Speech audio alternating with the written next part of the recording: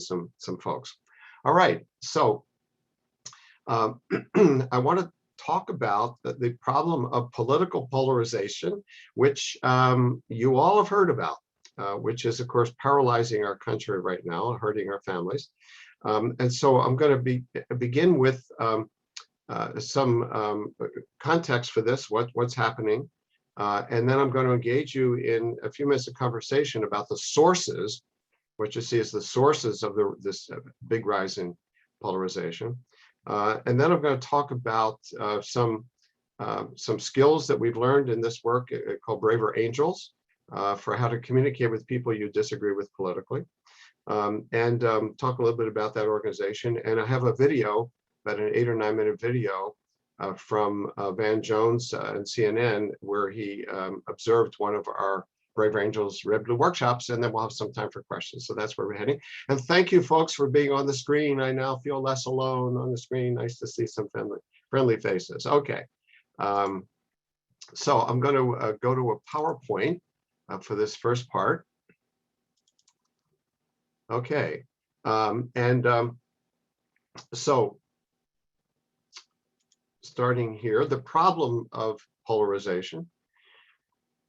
So it's been rising in the US for at least 30 years through multiple administrations. So it's important not to see this as something that happened since the 2016 election, although it's been spiking since then. Happening in Europe too, think about Brexit.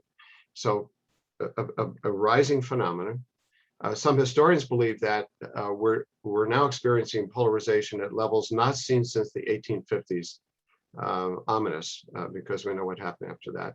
And it's not just or mainly about issues. So it's not really that Americans are more polarized around extreme liberal, extreme conservative, but how we regard one another.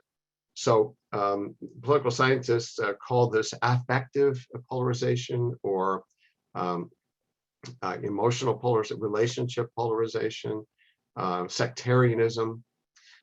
And so this is the three categories that have been summarized recently about how we regard our fellow Americans who differ from us politically. So I'd like you to think of this as not how you feel about Donald Trump or Nancy Pelosi, but how you feel and how we tend to feel about the 70+ million people who were wrong enough to vote the other way in the last election. Okay, so we're talking about people in our extended families. We're talking about people we work with. So don't think of this narrowly in terms of just individual politicians or what you might consider extremists on either side. So the three categories are other. So we see people who differ from us politically as the other, as they're strangers. I don't get them. They're incomprehensible. So I urge you to think about how much you've said or thought or heard from other people. How could these people possibly think this, believe that, support this person? They're incomprehensible. The second is they're not likable. They're not likable or trustworthy. So they are weird to me, and I don't like them.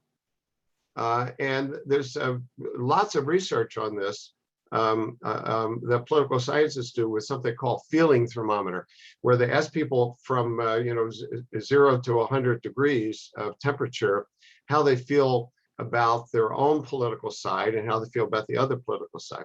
Well, what's happened is that people don't so much like their own side much more than they used to, but they become cooler and cooler towards people on the other side. Okay, so we don't like them as much. And then the third is morally compromised. So I don't get them, I don't like them, and they are immoral. They're unethical. There's something deeply wrong about how these folks are approaching life. So when you have a society in which increasing numbers of people regard large members of their communities in those categories, you have a problem. And of course, you have a problem at multiple levels. Paralysis in government, particularly the federal government. It's come down to the state governments, and And then local, I gave a presentation to 260 Minnesota county commissioners last week. And county commissioners are elected in a nonpartisan fashion, and they're trying to hold on to that because they're getting squeezed. They're getting requests from groups to take big policy stands on things that are not county matters, because people increasingly want any elected official to think like they do. So that's the problem. And I'd like to just mention one other thing. I'm a marriage and family therapist, so this one is close to where I live. In 1960, only 5% of Americans said that they would be uncomfortable with their son or daughter marrying somebody of the other political party, 5%. By 2005, that had moved up to 40 to 45% and has stayed there. During that same period, attitudes towards interracial marriage showed the opposite trend. So it's not that we are increasingly intolerant in our society. There are reasons to believe that we have become more tolerant of things like interracial marriage.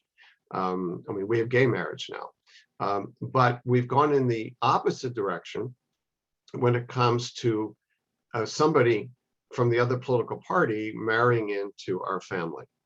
And just again, anecdotally, I don't have data on this, but what the therapists are seeing are people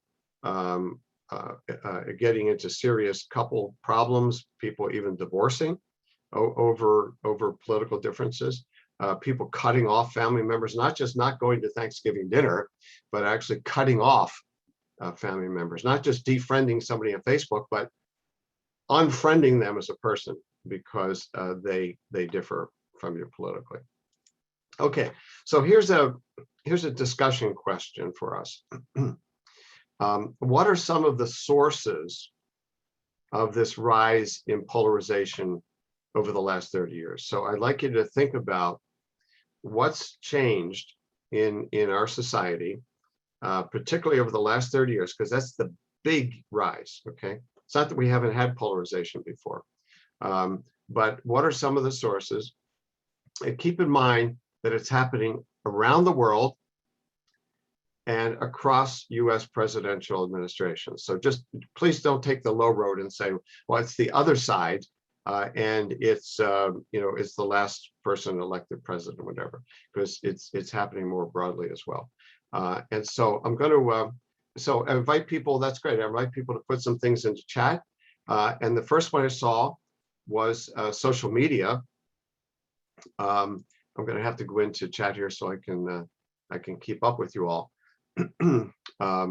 So social media is, we're going to start there because there's a unanimous consensus among people who look at polarization that social media is a big driver. It was not around 30 years ago, and people bash each other on social media, access non-factual information, to put it mildly, and so there's an inflaming element that happens with social media. These are great. So just some others that I'll call out here. So access to all kinds of information. I'll just take that one, for example. There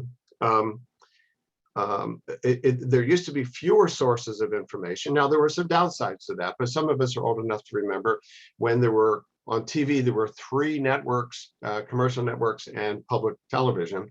And so there were more common sources of information. Again, I don't want to say that was a golden age. There wasn't a golden age, but now you can access any kind of information that fits your own biases. And so we are increasingly siloed. And what I'll add to that, and I'm sure some of you talked about this, is the 24/7 news cycle, which is fed on bad news. I don't know about you, but every time one of those networks says breaking news, well, how many times do you have breaking news? But it grabs attention And so we are overwhelmed with sources of information, not always a good information. Globalization, that certainly, and connected with increasing income inequality. Whenever you get more social inequality, which has happened in the last 30 years, and globalization has no doubt contributed to that, you get more social unrest. And you get situations in which political leaders can take advantage of people feeling that they are left behind to create scapegoats. So this has been seen throughout history.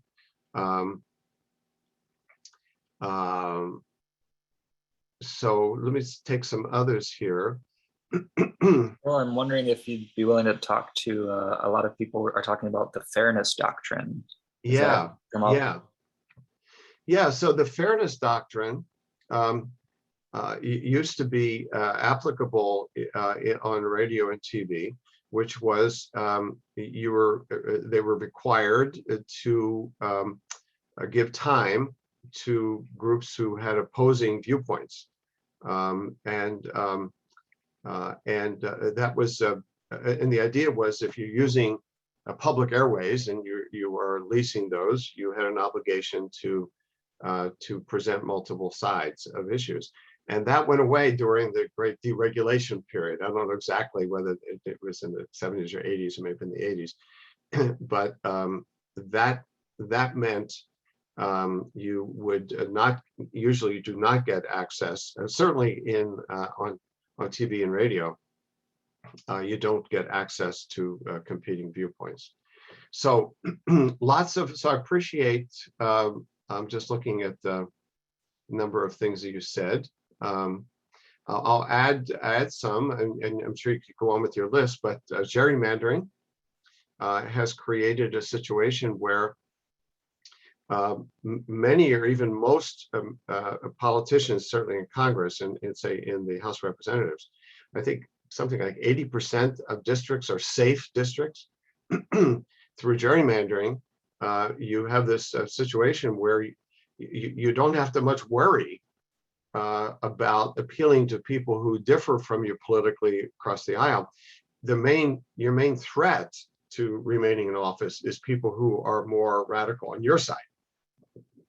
And if you are seen as fraternizing with members of the other party, I testified recently in Congress about this, and some members of Congress told me that if they're seen in a photo with somebody of the other party, this can hurt them at home among the people who will primary them. Primary has become a verb, primary you, let alone you vote for a bill that somebody else sponsors. So the gerrymandering, we could talk about money in politics, particularly special interest money, where you have a special interest, big bucks money going into House of Representative races, not senator, not governor, president, House of Representative races that overwhelm a member, somebody who's running for Congress, who simply cannot compete with millions coming in of special interest money. So lots of factors that have gone into this, not just happening here, happening around the world, and we are in really big trouble with this. I read a phrase the other day that polarization eats all the other problems, because with it, we can't solve any of the other problems. We can hardly even talk about them. Okay, so I want to get practical now. So we did sociological, and I want to be practical here. In Braver Angels, we've been teaching people how to communicate across the political divide. And so I want to just summarize some of what we've learned, some of what we teach. And a lot of what's on this slide here, I'm going to talk about, are things that you know. None of this is rocket science, but we tend not to apply it. Best communication in political conversations. So the attitude Attitude is the importance of listening and sharing your views without directly trying to change the other person's mind. But what we know is that if I go into a conversation with you and you sense that I think you are ignorant, ill-informed, wrong-headed, and that my goal in this conversation is to bring you to my side, my viewpoint. People get their backs up and they don't really engage. I mean, think about the COVID vaccine and think about masks and all that now, as an example. So what we do is to try to encourage the importance of listening, and they'll be saying that next. Listen first, share your views, and let the other person do with them what they want. Okay, so the two kind of basic areas of skills are to listen in a way that the other person feels heard, and then speak in a way that makes it more likely that the other person will hear you. And so the listen first, acknowledging what you heard the other person say.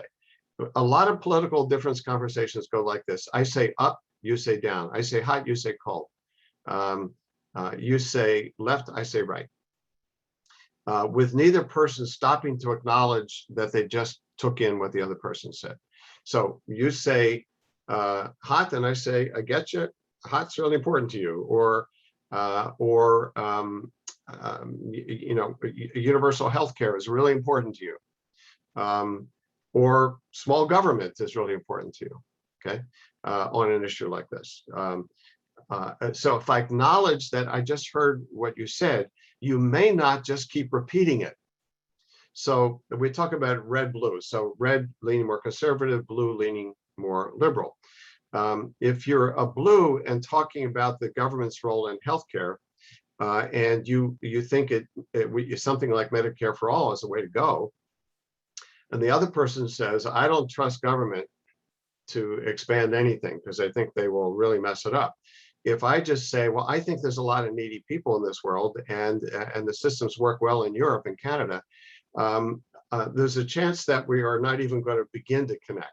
Whereas if I say, I hear you on, you're concerned about government, not doing a good job, and then give my own view, okay? Or even better, inquire about the sources of their beliefs. So I might say, so when it comes to something, I'm curious, when it comes to something like Medicare, what are your thoughts about how that's going in terms of whether that might work if it's expanded? Do you have concerns about how Medicare is going? Because we do have government sponsored healthcare for the over 65 population, and I might be interested to know why somebody has come to the belief that expanding it, the program wouldn't work. Do you inquire if you're talking about COVID, if you're talking about vaccines or masks or whatever? How did they come? What sources of information? And the thing is here, I want to emphasize, when they tell you where they got the information, don't jump on them, okay? If somebody around COVID is saying, well, I got it from a website on such and such, say, okay, and then later on talk about your sources, as opposed to, I can't believe some random website is going to determine whether you live or die. I mean, this would not be a good use of communication skills. So inquire about the sources. Now, here's one that's maybe not so obvious. Listening for something you can agree or you can affirm or agree with. A lot of times there's something what somebody says that you can say you agree with. Like even if you can agree, we're in a big mess in terms of public safety right now and what to do with it, okay? Somebody has some strong opinions about that. You could say, yeah, we're in a tough, I agree with you, we're in a tough situation here. Let me go back to my healthcare example. If somebody says they don't want Medicare for all because the government doesn't have a great track record for running really big programs, I might say, I agree that government doesn't always do a good job with big programs. And so we have to be careful about assuming that if there's a brand new program, it's going to go well. I agreed with them that this can be tricky. Heck, you guys You work for Hennepin County, you know that. There's no fail-safe government programs. Things can always go wrong.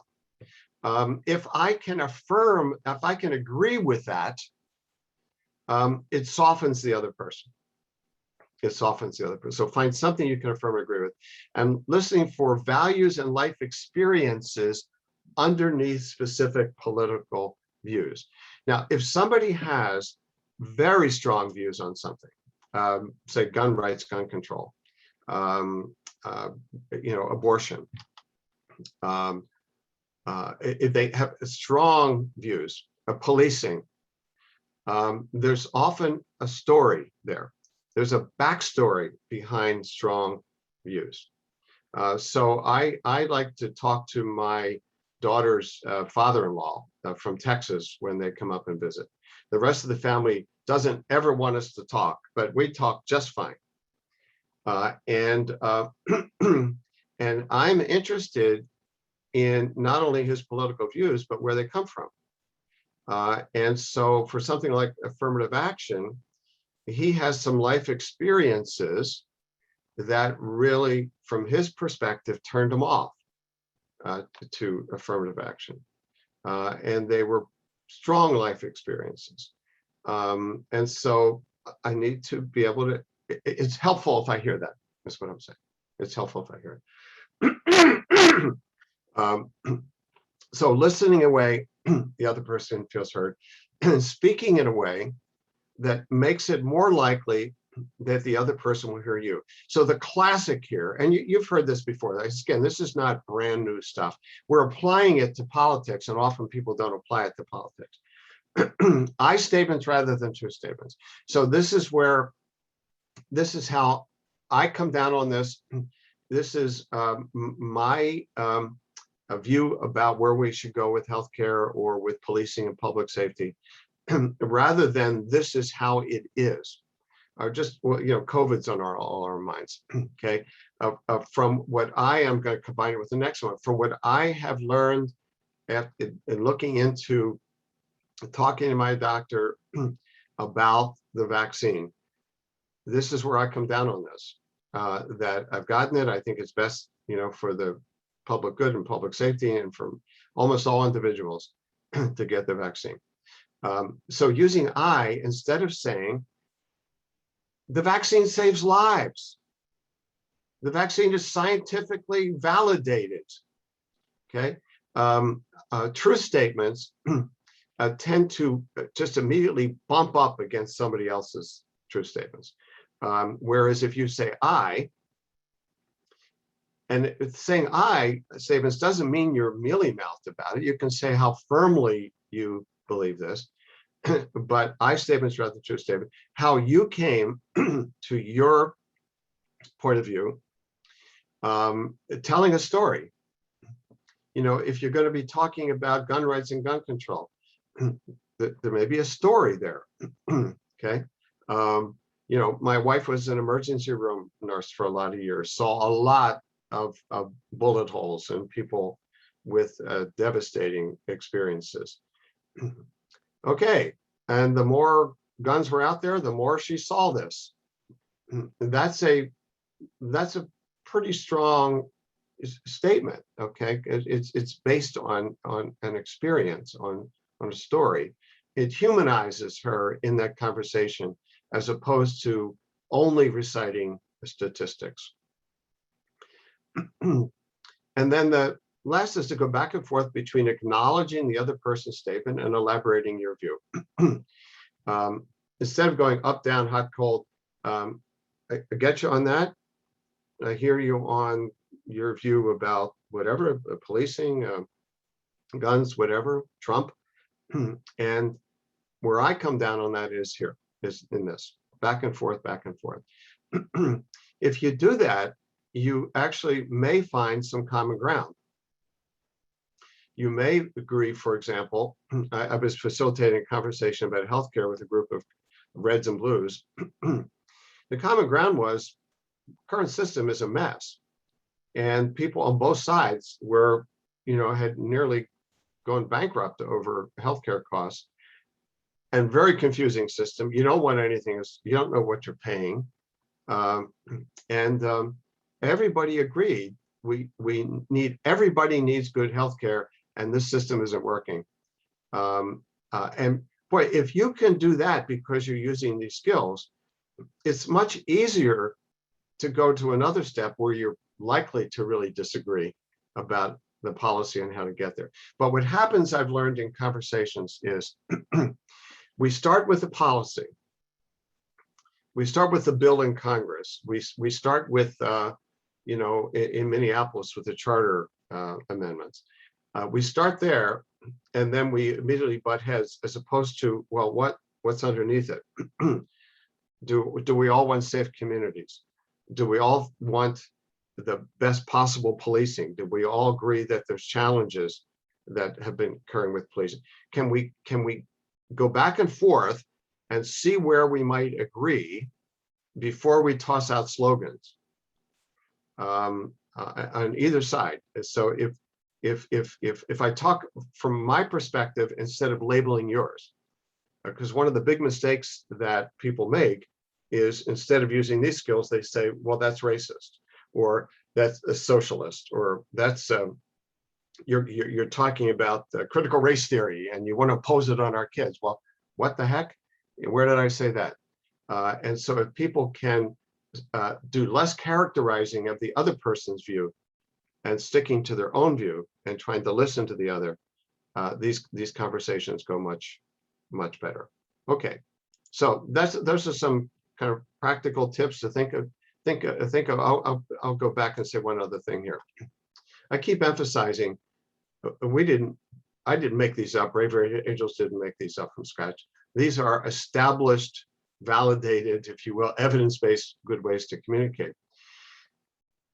I think what's happened is, when it comes to political differences, we give ourselves a pass on these. I once did a skills workshop, and there were like 13 therapists in there. Therapists have, do this for breakfast, okay?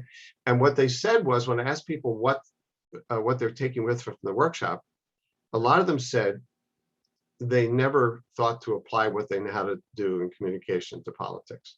And then there was a guy in there who was a minister, interfaith ministry, talking, he was Christian, talked to Buddhists and Hindus and Jews and so, interfaith. And he said he never thought to apply what he knows there, talk to his brother-in-law about politics. So some of it is, holding ourselves accountable to use our best skills. Okay, so a little bit about Braver Angels. Then I'm going to show you a video of a workshop, and then we'll take some Q&A. So Braver Angels got started after the 2016 election. I was one of the co-founders of it.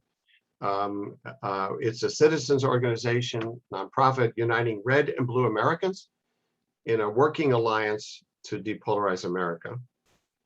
All the leadership is half red, half blue.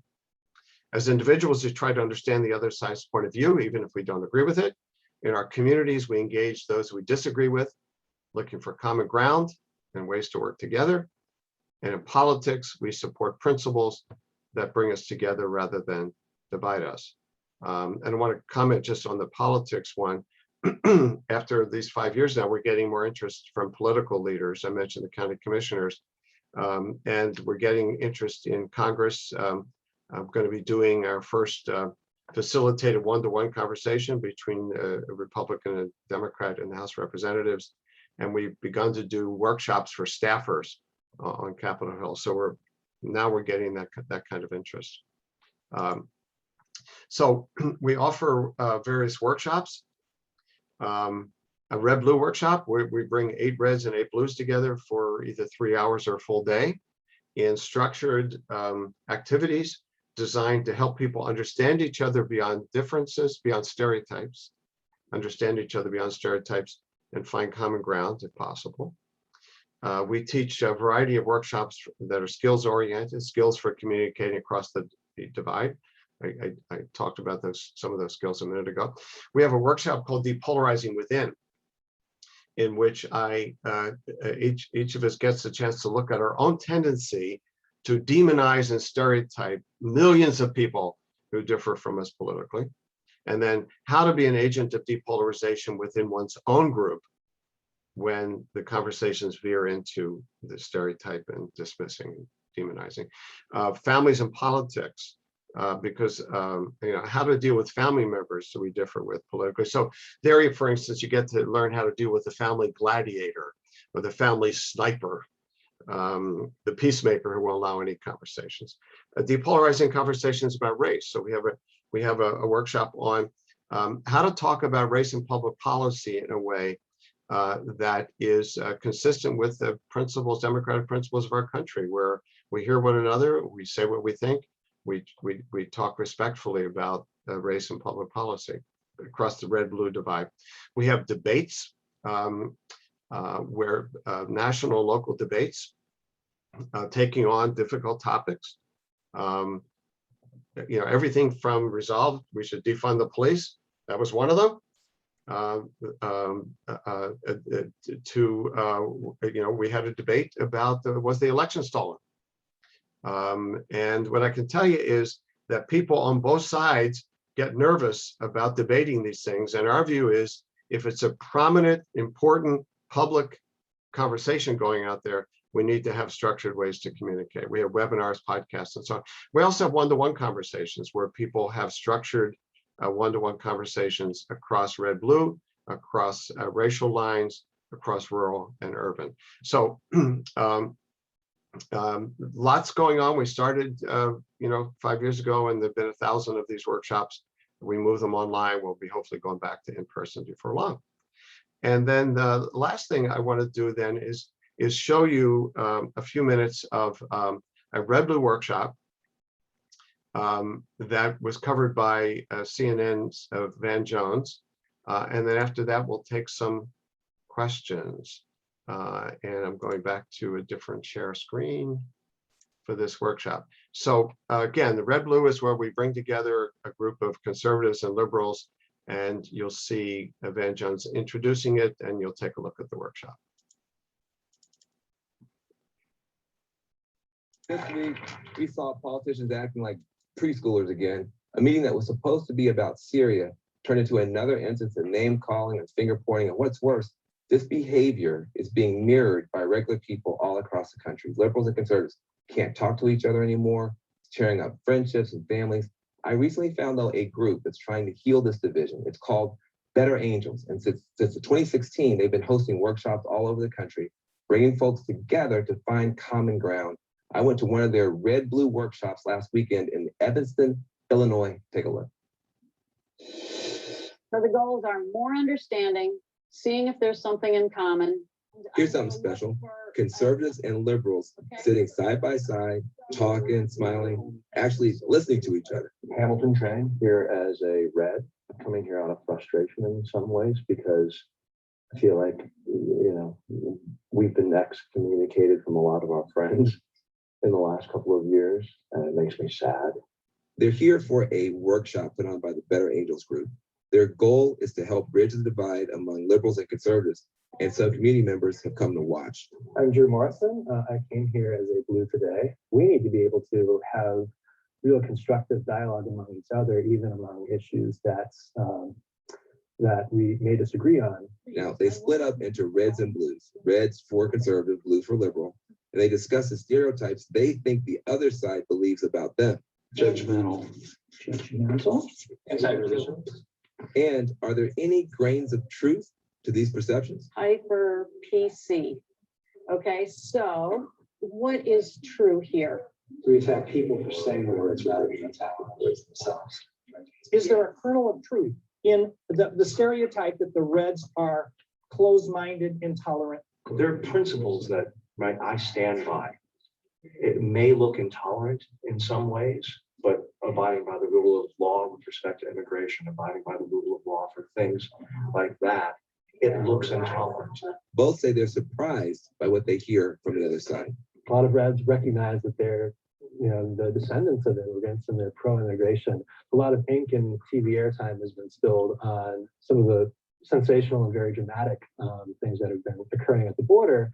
And that really obscures, I think, the more nuanced conversation of a nation having control of its borders and welcoming immigrants, but doing it through appropriate channels and means. What really struck me was when Larry said, we believe in science and we want to use science to solve issues such as climate rather than rushing to a sweeping government program, which is like, we recognize for ourselves, oh yeah, we do kind of do that. And you said, yeah, you do that. I was struck about how the other side has principles that they live by. And we have principles too. And it seems like we both get into trouble when we have absolutes. The liberals are then asked to sit in the middle of the group and talk about why they think progressive ideas are the best to resolve America's problems.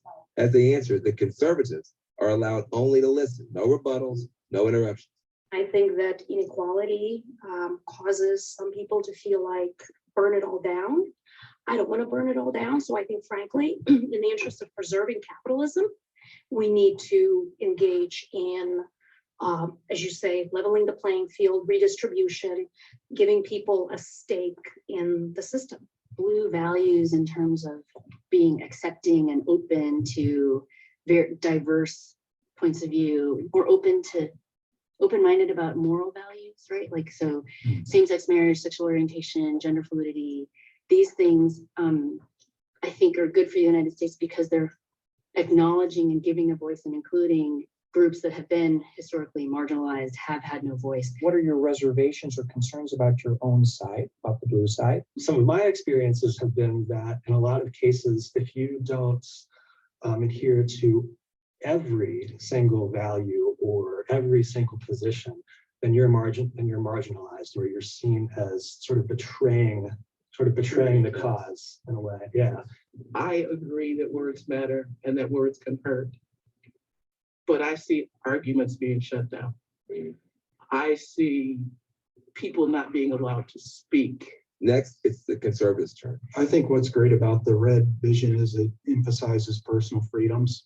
And I think that in order for people to soar to great heights, a maximization in personal freedoms is partially responsible. The ability to progress and allow a society to reach, and people within the society, individuals, to achieve the most that they can achieve with the least amount of interference from outside. So me, it's a positive thing. What are your reservations or concerns about your own side? I think with personal responsibility, personal freedoms, there will be people who are lost. I think it's a harsh truth. We lose our messaging and we lose our principle of caring and compassion by saying, hey, free market, right, sink or swim. We have to acknowledge that people sink and make sure that we take care of those people. At the end of the day, everybody said this experience is going to impact their personal interactions with people on a day-to-day basis. It's just great to like hear reasonable conservative voices in the room. And then when I'm in my friend group that's very sorted and people make some extreme comments about all those people, I can say, well, not all those people. Come on, let's just, pull back. Same, right? Being that ambassador, we'd started out with why are we here? And I'd said something that basically to the extent of being excommunicated from some of my friends for many, many years, friends that I love. So I have twice on phone calls, absolutely listening versus talking. My takeaway is that neither side is a monolith, that there's a recognition that these are thorny problems that we're trying to address, and that there are going to be some very nuanced solutions to those problems. So you were an observer the whole time. You were taking like copious notes. What do you think would happen if stuff like this was going on all across the country? But what if there's like a weekend where like 100,000 of these things went down? What do you think would happen in America?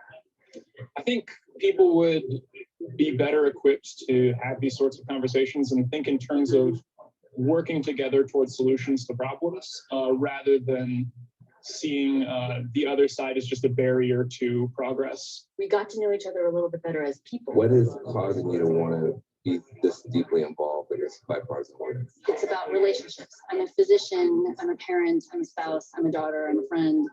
All of our relationships are built on communication, and we do it very poorly, and we're getting worse and worse at it. We can disagree on religion, right? Heaven or hell. And yet, for some reason, we're at a point in time in history in this country where you can't disagree about policy. Do you feel like you learned anything today that might help you bridge that gap? Absolutely. To be able to hear, try to be as non-judgmental as possible, right? But just to try and pay attention and try to listen as opposed to trying to prove or defend. It was just a good exercise. One woman said the experience made her more comfortable sharing her voice as a conservative who lives in a liberal town. I was apprehensive about coming because sometimes today I don't feel like maybe being a conservative or having a conservative voice is PC. And so I think maybe there were a lot of people out there that maybe have this point of view, but they're not really saying it. I really believe if groups like this could get together, take the next step, talk about issues, and sit down and hash it out, I really think we could come up with some solutions, and we may even do a better job than some of our politicians. You couldn't do worse. There you go. Okay. All right. So the last thing I'll say, and then let's take some questions, is that if you'd like to know more about Braver Angels, get involved even. Google Braver Angels. The membership is $12 a year. And you can also just be on the email list if you like. We have the highest per capita of members in Minnesota of any state in the country. We have a very active group. And welcome your participation and involvement. So let's, so Kenny, maybe we can, people can either, how would you like to handle the questions? Let me turn it back over to you. Sure, yeah. Well, we've had a couple of questions come in already that I can speak to you. And then I think once I get through those, people are welcome to queue up their questions in the chat or say them, turn on your camera and talk. That's totally all right. So a couple members of the audience were looking at the website and wanted you to speak to kind of what are the demographics of the leadership team. Is there representation from people who aren't just white?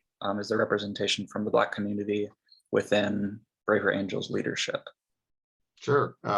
Yeah, so there's a group of about 12 or 14 who are the sort of senior leaders. Probably a third of them are volunteers, by the way. It's a lot of volunteers in this organization. And demographically, I think 12 of them are white, 1 Black, 1 Latino. We've identified the need for more diversity in our whole membership as an important area, as something we strive for. We would like to see our organization and its leaders look like America, and we're working on it. We have some diversity and not enough. The key diversity that we simply have to have, without which we can't even function, is red-blue. And then we want important other diversities beyond there. Thank you. A couple of questions about Braver Angels, just asking, there are workshops available online? That was one of the questions that just wanted to all of the workshops are currently available online. Okay, and then there's plans to go back to in-person eventually. At some point. Now, interesting, I'll say something on that. We make all of these decisions collaboratively. So there's a task force of Reds and Blues right now working on a consensus about our convention. We're supposed to have a convention that's supposed to be in person. And so we're working on that. And so we try to walk our talk in terms of bringing Reds and Blues together to make decisions together. It's a challenge, but it's an important challenge. Yeah. And then was that clip that you showed us, is that available online, or is that a link that we can share with everyone? Yeah, I can send you the link. It's also online under the media section for Braver Angels, but I'd be happy to send a link. Yeah. I'll get that and send it out to everyone afterwards, but in the media section. Yes, here's a question about do you think part of the issue with polarization is oh, I'm sorry, let me just read this first before I get into it. But are there any rules or guidelines, by the way, for this conversation that you wanted to bring up? Not that I can think of. Okay, somebody asked, I thought that was a good question. So issues with polarization in the post-voting system we use. Oh, I'm sorry, I thought you meant for our conversation. I think that's what the person was asking. But no, I think if it said the conversations, those are the Braver Angels conversations. I'm not worried about ground rules for our conversations here, Okay. but yeah, we have ground rules for all of our workshops, and those are part of why it works. So, for example, what you saw with in the Red Blue workshop, when people are in those fish bowls where they're answering questions in the middle, and then there are people observing, they've agreed in advance they're going to stick to the two questions. And the two questions are, why are your side's values and policies good for the country? And what are your reservations or concerns about your own side? And we don't let people veer off that. We don't let people say, well, when I was watching those folks, they got that wrong.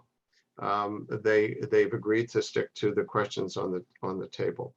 And one of the other ones we do, by the way, is when you're talking about your own side, we say, don't at that moment talk about the other side. Just talk.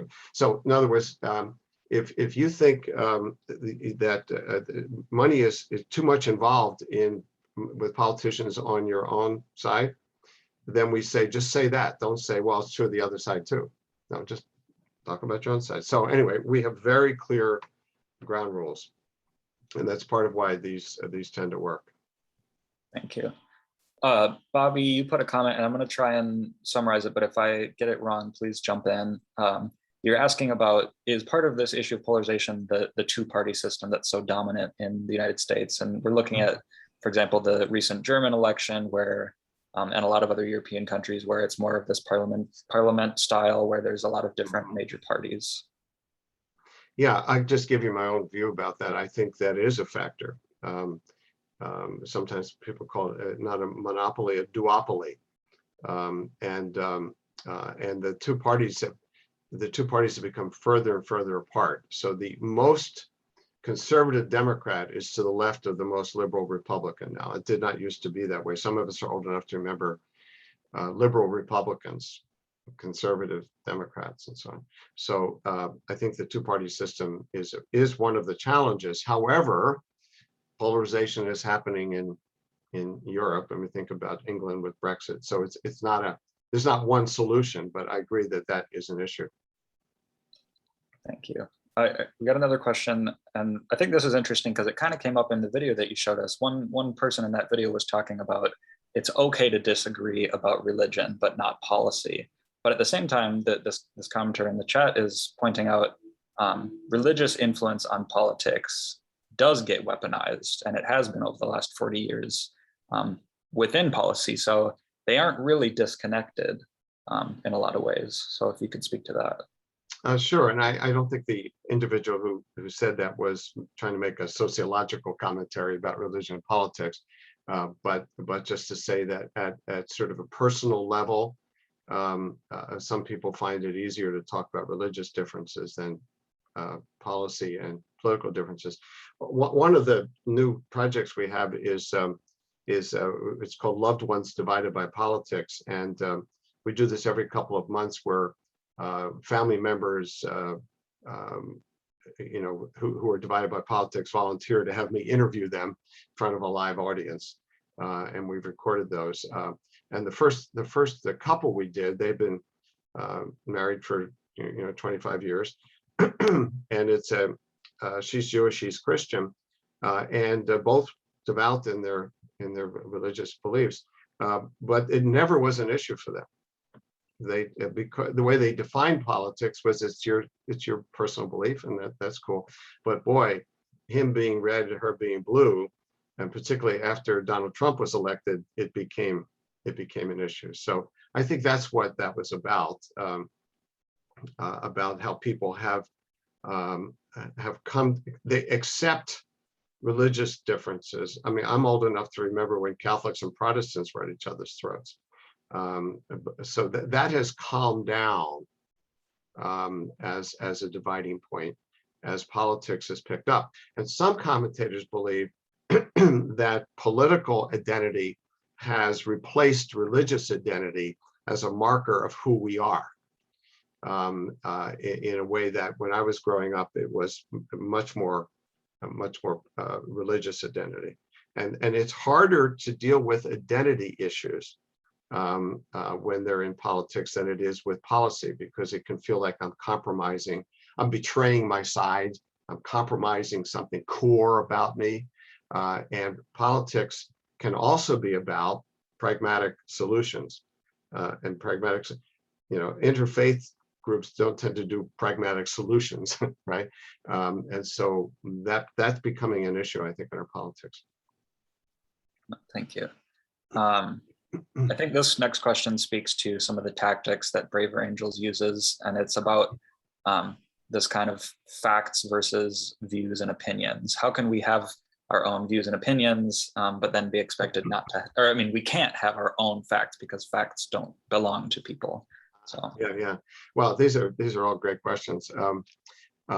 Here's what I believe about policy relevant facts. That most of us do not have direct access to policy relevant facts. The things we hold as facts, let's say about climate change, about the COVID epidemic. Unless you're a climate scientist or an epidemiologist, you don't have direct access to what is factually true. It's based on trust. It's based on sources we trust. And so I teach at the U. I happen to know some climate scientists. I happen to know some epidemiologists. I used to work in a medical school. I trust those folks. Okay, so I don't know the data, but I can trust them.